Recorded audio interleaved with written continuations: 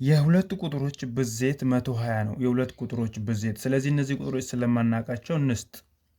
ሁለቱ ቁጥሮች በና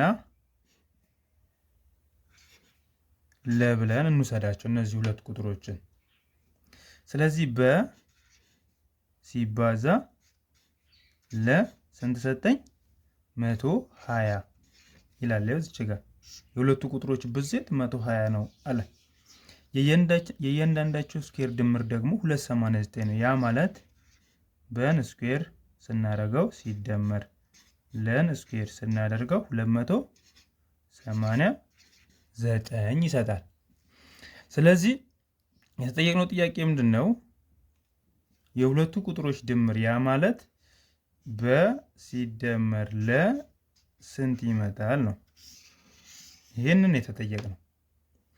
ስለዚህ በ ሲባዛ ለ120 ከሰጠኝ በስኩዌር ሲደመር ለስኩዌር 289 ከሆነ በ ሲደመር ለ ስንት ይሰጣል? ይህ ማለት በ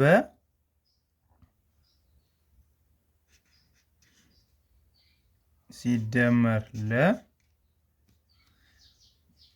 ስኩዌር ስናደርገው ምን ይሰጠናል?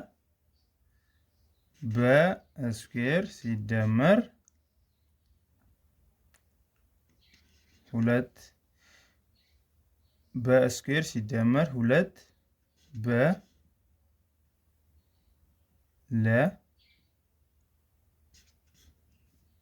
ሲባዛ ማለት ነው። እዚህ ጋር ሲደመር ለስኩዌር ይሄ የማትስ ህግ ነው። በ ሲደመር ለ ስኩዌሩ በስኩዌር ሲደመር ለ ስኩዌር ሲደመር 2 በሲባዛ በለ ማለት ነው። ይሄ ማለት በስኩዌር ሲደመር ለስኩዌር ስንት ነው? 289 ሲደመር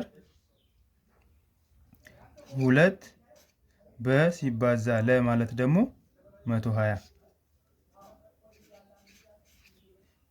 289 ሲደመር 240 አይደለ? ስናባዛው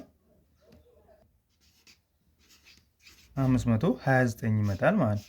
ይሄ 529 ማለት በሲደመር ለ ስኩዌር ሲሆን ነው። ስለዚህ በሲደመር ለ ስኩዌር ማለት 529 ከሰጠኝ እቺ ስኩዌር እኛ የፈለግነው ያለ ስኩዌሯ ስለሆነች አንደር ራዲካል እናደርጋቸዋለን። ቦት ሳይድ አንደር ራዲካል። በዚህ ሰዓት ላይ በሲደመር ለ እኩል ይሆናል 529 ከአንደር ራዲካል ስናወጣት 23 ትሆናለች። ስለዚህ በሲደመር ለ ወይም ሁለቱ ቁጥሮች ድምራቸው የሁለቱ ቁጥሮች ድምር ስንት ነው ለሚለው በሲደመር ለ 23 ይሆናል። 23 ምርጫችን ላይ ማን ነው? ለ ነው።